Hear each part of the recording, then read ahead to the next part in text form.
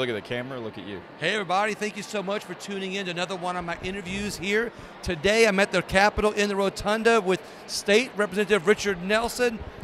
Representative Nelson, thank you so much for being on there. I really appreciate it. Well, glad to be here. So where is your district and what number is it again? So I'm District 89. It's basically Mandeville, the city of Mandeville, and then the city of Madisonville and kind of everything in between. And all that whole little area, one big clump, I guess it is. Sorry? It's all consolidated in one area. Yeah, it's not that. It's pretty compact. It goes from, basically the eastern boundary of Mandeville all the way actually to the Tangipahoa parish line around, across the river and into Madisonville. Around there a little bit. Well, I want to talk about your legislation. I got it pulled up right here in front of me. I love the low numbers. That means you're passionate about your bills and you got them in early. Looks like House Bill 13 provides for a prescriptive period for, let's see, delictal, or is that, how do you say it? Delictual. There are delictual actions for damages arising from the operation of a vehicle. Yeah, so, basically if you get in a car accident, right now in Louisiana, you only have 1 year to sue. So this bill would make it 2 years, which is what 48 other states have at least 2 years. Maine, who has actually the lowest insurance rates in the country, has 6 years to sue. And so, I have 2 cars. I got to insure them, and it's really expensive. And we did some stuff a few years ago. So far we haven't seen that big of an impact of those things. I was really involved in the effort. I had some other bills that would have, really addressed some of these challenges. This was part of those bills that didn't get passed in the final package, and so I'm trying to add that 2-year prescriptive period. There's a few other bills on the Senate side, and I think if you're looking at how do you reduce rates, this is one way we're really an outlier from the other states, which probably explains why we pay twice as much as the average of the rest of the country. I'm glad that you're bringing this bill up because I've been hearing for years that increasing a prescriptive period is the way to go, and you've just explained it well, and I thank you for that. I appreciate that. HB 29 is, it's a constitutional amendment to require the legislature to appropriate no less than 50% of non-recurring state revenues, take a break here for a second, for application to certain state requirement system unfunded accrued liability. That's a big one. That's a mouthful. Yeah, so, basically there's these, we have statewide pension systems that for public employees like teachers or state employees or state police. And so there's an unfunded liability that for years the legislature never put the money away to pay these benefits for these employees, right? So then they retire, and now we have to pay out the benefits, and we've never saved the money to pay for that. So we owe about $17 billion with a B, $17 billion in benefits that we never put the money aside for. So now that's a debt the state owes these retirement systems. It costs us about $1.5 billion in interest every year on this debt. So every year we pay $1.5 billion just in interest, not in the principal payment. And so what this bill would do is say, hey, if we have extra money left over after we pay for everything in the budget, we're going to take half of that money and pay this down. And that money would save, you would save on that interest significantly. So at least every dollar that you put in to pay this off early would save you at least 4, and maybe more, even more than that. So it's a huge, huge burden that we really put on future generations. Other legislators have left it to this legislature and the future ones to pay it down. And it's a huge cost that's borne by all the school systems. About 10% of every educational dollar spent in the state of Louisiana just pays off this debt. That's it. So 1 out of $10 just pays off this debt. And it's $17 billion. I'm amazed at how smart this is, but I'm also amazed that this has never been brought up before. Yeah, so currently we have a requirement that 10% goes to pay, right? But the scale of this debt is so huge, and the impact of the interest is so large. Get ahead of it. We got to pay it off. It's like having a credit card. And so you hear everybody talk about how we have this big surplus. We have a surplus, but we have $17 billion on our credit card that we're paying 7.5% interest on. So that's the reality. So do we have a surplus? If you owed $17 billion on your credit card at 7.5% interest, would you consider an extra, $1 billion? Would that be a surplus? Not really.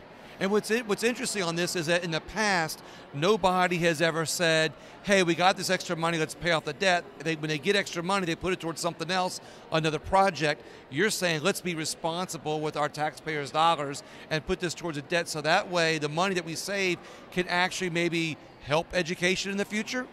Yeah, so money that you don't have to spend in interest, you can obviously use it for other things, right? Right. We're constitutionally required to pay this. Like, it's not something that we can skirt around. So we constitutionally have to pay the retirement debt.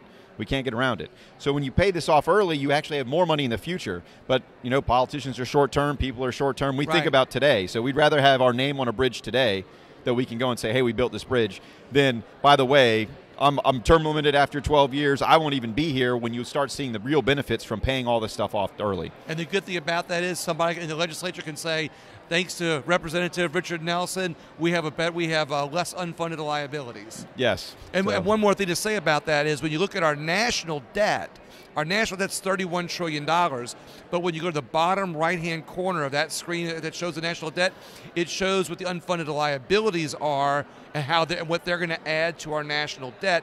And that's about $100 trillion right now. Yes. And not that that's anything what Louisiana's headed for, but it's a similar problem. It's a similar problem. It's all proportional. We got House Bill 129 provides relative to an arrested person's failure to honor a written promise to appear. Yeah, so basically if you get a ticket, they give the police officer, when he pulls you over, he hands you a summons, a little thing that you sign that says, I'm going to show up at court this date. Well, if you don't show up, they can suspend your driver's license they don't give you any notice or anything. If you don't show up on that date, the judge can automatically suspend your driver's license. And there's about 93,000 people in Louisiana whose driver's license have been suspended. They really don't get any notice of it. And so what happens is they get pulled over a second time because they didn't go to court for their last ticket.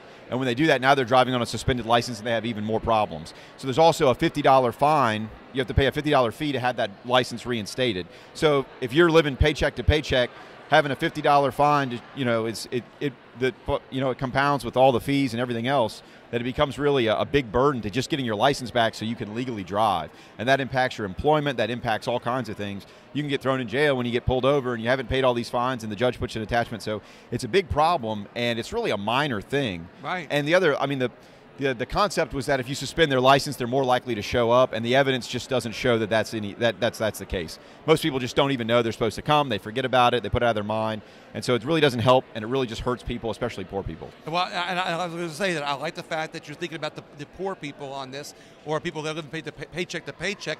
This really puts them in mind, and I'm glad that you're thinking about those people too, on this. But also, I would like to think that this will help unclog our court system and help our police officers, because if they're always arresting people that have these summons, that have forgotten about their summons, and it's easy to forget about the summons, now you're putting police officers back to work, going after the bad guys. Yeah, and you're also making people have to avoid. People also can avoid a trip to the DMV, which really makes everybody's life miserable. Exactly. So they don't have to go to the DMV to get their license reinstated. So we're streamlining. It's kind of a win-win. Streamlining departments in a roundabout sort of way. Unnecessary government. That's what it is. It's unnecessary government. I always love your libertarian-minded thinking. I always appreciate that. House Bill 196 creates the Stimulating More Advanced Research and Technology SMART program, and the SMART Fund for the purpose of awarding grants to support research at public post-secondary education institutions. Yeah, so basically it creates a fund and a program to provide money to enhance university-based research, STEM, so science, technology, math, right, and engineering and math. And so these are really, how do you create the jobs of the future in Louisiana? So we've historically had a very, relatively tourism and heavy industry-based economy, oil and gas. And so we've kind of moved away from oil and gas as really not the employer that it used to be. The heavy industry, chemical plants and stuff is really not the employer that it used to be.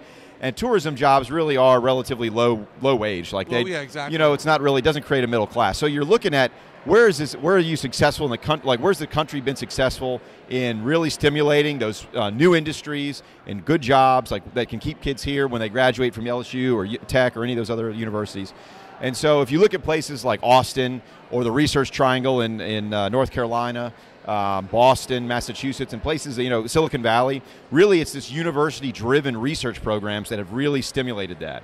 And so how do you get that? Well, you have to spend money in order to get that, build those facilities, hire those faculty, provide matching money for the research. And so that's really what this program is designed for. And it really gets to the very base of the issue of how do you create the jobs of the future? How do you bring them here? The state actually spends money on things like cancer research, exactly. Things that really help us, engineering, building better materials, all this stuff that like everybody agrees is a public, really a public benefit, but it also creates these industries around these things like Silicon Valley and, the biotechnology in North Carolina. And so it really gets to the fundamental question of how do you bring those jobs of the future here? And the thing is in 2025, the film tax credit program, which spends about $150 to $180 million a year, is going to roll off. It's going to expire. And so what this program would do is take the $150 million and say we're going to spend it on advanced laboratories, we're going to use it to hire the best faculty in the country, and we're going to bring them here and we're going to create these jobs and businesses of the future. And while you said it much better than I did, of course, with a great description because it's your bill, I just like the fact that it's forward thinking. Yeah. It's seeing where our economies are going and doing things to prepare us and prepare our young people to be able to get there. Yeah, I like that. A lot of times we spend a lot of money chasing, the past. That's what we do in Louisiana. The shiny objects. Yeah, we try and chase the past and try and keep the thing. And the truth is, that's going away, and we really need to prepare for the future. And this is how you get there. I love it. House Bill 214 requires passage of a reading instruction test as a condition of teacher certification in elementary education.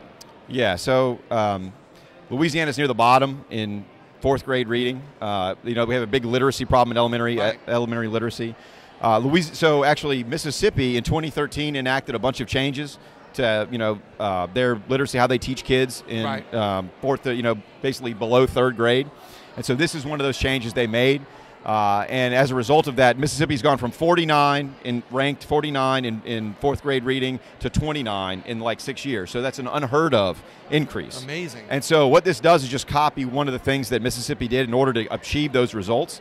And I think it's be really effective. It basically just says when new teachers are coming to be certified, they have to pass this test basically on phonics, on how to teach phonics, exactly. Which is very critical. But it's one of the things we haven't done, and it's one of the things that worked in Mississippi, so I said, well, let's do it.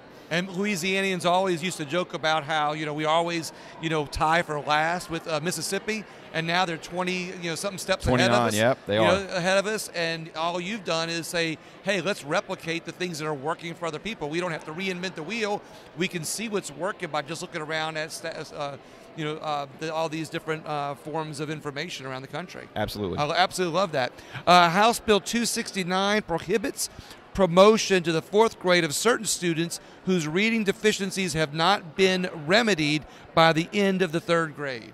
So that's a similar thing. It's one of the things they passed in Mississippi. It's kind of an accountability measure so that, the kids that can't read, we don't continue to promote them up through high school. I mean, there's graduates in Louisiana, high school graduates in Louisiana that can't read. It's kind of ridiculous. And so what it says is, hey, look, if a kid they're performing in the bottom tier in those reading metrics by the time they're in third grade, at the end of third grade, then we're going to hold them back. We're going to give them intensive reading training so that they can catch up to their peers, and then they go on to fourth grade, and then they can succeed. And it affects everything. It affects the number of people in prisons. Right. It affects the jobs they can get in the end. It just, affects high school graduation. All of those things are really driven by this reading and the failure to teach kids how to read. So this is one of the real accountability metrics that Mississippi passed and Florida has passed, and as a result, they've significantly improved their rankings on these deals. Once again, keep an eye on what other people are doing that's successful, and also starting early at fourth grade instead of waiting until they get to high school and saying, hey, how come this didn't work? We got House Bill 294 provides relative to the guaranteed issue of Medicare supplemental policies. Yeah, so this is really a bill for seniors. Like when you turn 65, you have a guaranteed issue right to get a Medicare supplement policy to pay for some of the stuff Medicare doesn't pay for. But that only lasts 63 days. But if you have a job and you're still working, which a lot of people when they turn 65 are still working, and so when that happens, then if they're still working and they're on their employer's plan, you're penalized because you don't have that free, that free right to get into a policy, right? Exactly. And so this basically just says that you're going to have this open period where you can get into that. You can get into one of those Medicare supplement policies, and it's going to continue after you end your employment so that you can pick it up then. Is this kind of like COBRA on a local level, like on a national level? You've got COBRA on a national level where if you lose your insurance, you quit your job or whatever, you can get on COBRA, which kind of guarantees you your health care in the interim until you get on a more permanent system? Yeah, I mean, it's similar in that it's, it deals with health insurance, but it's really specifically targeted to those Medicare, people that are becoming eligible for Medicare, and then, when they're trying to get that supplement plan for Medicare. House Bill 323 creates the Back on Track Louisiana pilot program. Yeah, so this addresses we have the highest incarceration rate in the world, right, in Louisiana. And so the question is, how do we fix that? When you look at the recidivism rates, though, so people we've arrested and convicted, and we put them in jail. And then when you look at those rates, so it varies between state prisons, people that are housed in state prisons, about 15,000 prisoners are held in state prisons. Their recidivism rate is about 41%. So that means, 4 out of 6, basically 4 out of 6 will recommit crimes and get sent back into the system, right? Well, when you look at the prisoners that are housed in local jails, there's about 10,000. State prisoners are held in local jails in parishes around the state. So that's about 46%, so almost half. So 5 out of 10 or, 1 out of 2 end up coming back. So when you're trying to say, how do we reduce crime, these guys, we already have them in jail. We already have them there. And the truth is, half of those guys are going to commit crimes. And, I went and I asked them in St. Tammany Parish, which has a reentry program. I said, well, what do you do for these guys? And they're like, well, we maybe get them a GED. We maybe give them some anger management training. And then, in the next couple months, we're going to try and teach them some small engine repair. And so other than that, they give them the clothes off their backs and they say, have a good day, when you're done. So the truth is you have these guys for 2 years or 3 years. They're usually on short-term, short-term stay. And a lot of them can't read. A lot of them don't have a high school diploma. They have no professional or technical training. And so what this does is it creates an incentive program where you actually will give the sheriffs, the Department of Corrections will give the sheriffs like a bonus payment. They say, hey, if this guy comes in and he can't read, and when he's done, he can, when he goes out to be released, he can read. We're going to give you some set of money, $1,000, right? Wow. And so it's the same thing with a driver's license. He doesn't have a driver's license. And they're like, well, it's hard to get around in this world without a driver's license. Exactly. If you teach him how to drive so that when he gets out of there, he has a driver's license, well, we're going to give you $1,000 or some amount of money. And so it really creates a results-based payment for these local, jails and sheriffs to do these things that we know reduce the risk of recidivism. They're going to commit another crime. And so right now you throw the guy on the street, doesn't necessarily have anywhere to go, doesn't have a job, doesn't have an education, can't read. What are the odds that he's going to be able to, kind of free himself from this life of crime? But you have this, and you say, now this guy can read. He has a bank account. He's got a GED. He's got a professional technical certification that he can get a job. He has an actual job lined up. He has a place to stay, and you've helped him get rid of the debts that he had before. It's really put somebody in a much better place to succeed. So they don't go out there and carjack people. So they don't go out there and commit these crimes. So it's really a focus away from punishment, which is what we like to think of, and toward this is a chance for us to rehabilitate these people so they can become taxpayers instead of convicts. And once again, I love the fact that you're looking at all the pieces of the puzzle that bring our state together on a lot of unique ways. And I think this is one of those pieces that not only helps the people in our state, but helps poor, underprivileged people in our state, but also is going to give our state a better reputation. Like we could say that we're the highest incarceration state in the world, or highest incarceration place in the world, but when we can show people, hey, but this is what we're doing now to turn it around, we can we can raise the bar, to show other states what they can do to help other people, and we end up with a better country. I love that. House Bill 404 provides relative to parole eligibility for juvenile offenders. So Louisiana is one of the states that we continue to say if you commit a crime when you're under 18, like even if it's really bad, like murder, bad crimes. So we will lock you up for forever. We'll give you juvenile life without parole is what it's called, right? And so states like Texas, relatively conservative states have said, look, when people are juveniles, they commit crimes, and that doesn't necessarily make them bad people. They do bad things, right? And so all this does is say, after 25 years, you have the opportunity of going to a parole board, and the parole board can say, hey, has this person rehabilitated themselves? Have they gone and done things to make themselves better? Is this a bad person, or did they make a bad choice?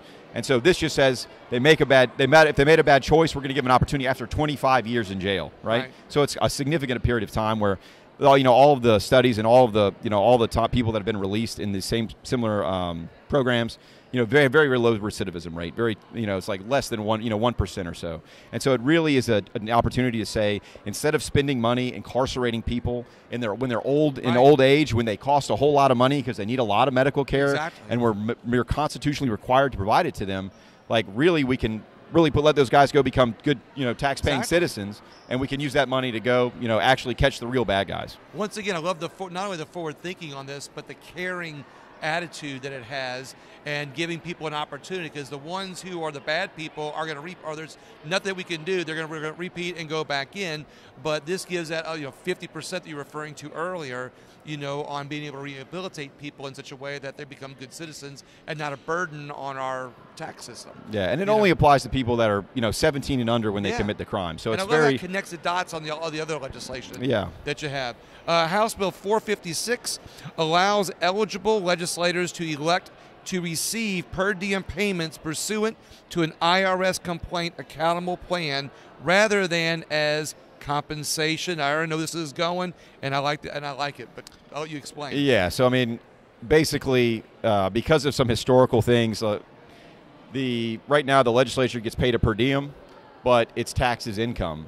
It's reported as W-2. It's a combination of historical factors, and then also it's just kind of a lazy accounting. Lazy accounting. Honestly, and so probably created back when it wasn't such a big deal to have it. Well, so back in the day, the legislators got a retirement, and so getting it paid as income meant that you inflated your retirement. We haven't gotten retirement in a long time. And then the Trump tax cuts, or the Trump tax plan, actually eliminated the deductibility of expenses. So the truth is, right now, most of us come up here and we pay tax to come up here, because if we get a hotel or they pay us for our mileage, well, now we pay tax on that money. Exactly. And so basically it just puts us in line with what the IRS rules say, is that it's per diem, it should be paid as per diem, which is what every private employer does, which is what every, the federal government itself does. And so basically just puts the per diem rules in line with all the other private sector and public sector payment and taxing policies. And just because I know a little bit about it, it's when you look at it, the per diem doesn't really cover your expenses. It's geared towards,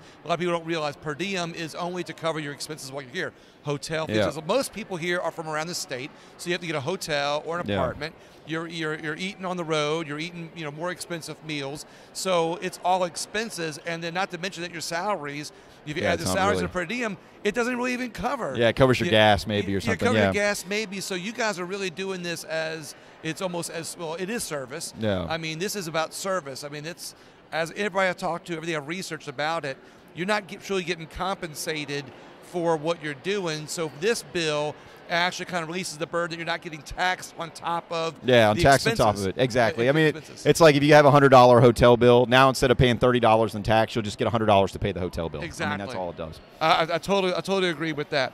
House Bill 618 allows certain patriotic organizations to access school facilities and grants their representatives the opportunity to speak and recruit students.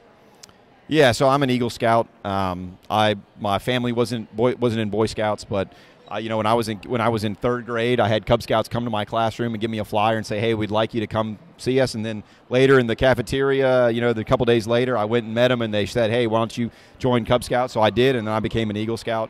And so the Boy Scouts approached me about this. Basically, it says that these kind of patriotic organizations, which Congress has identified, including Boy Scouts, Girl Scouts, Boys and Girls Club of America, Civil Air Patrol, that they have the opportunity. This gives them the opportunity to go into schools and say, "Hey, students," gives them a few minutes out of the day to go to schools and say, "Hey, would you like to come join these?" Well, you mean they can't do that right now? The Boy Scouts. So they can, but it's not necessary. They don't necessarily do it. Well, I know the bell just rang, but I want to get you we have one last one more bill. question. You got House Bill 865 provides relative to textbooks and instructional materials used in reading instruction.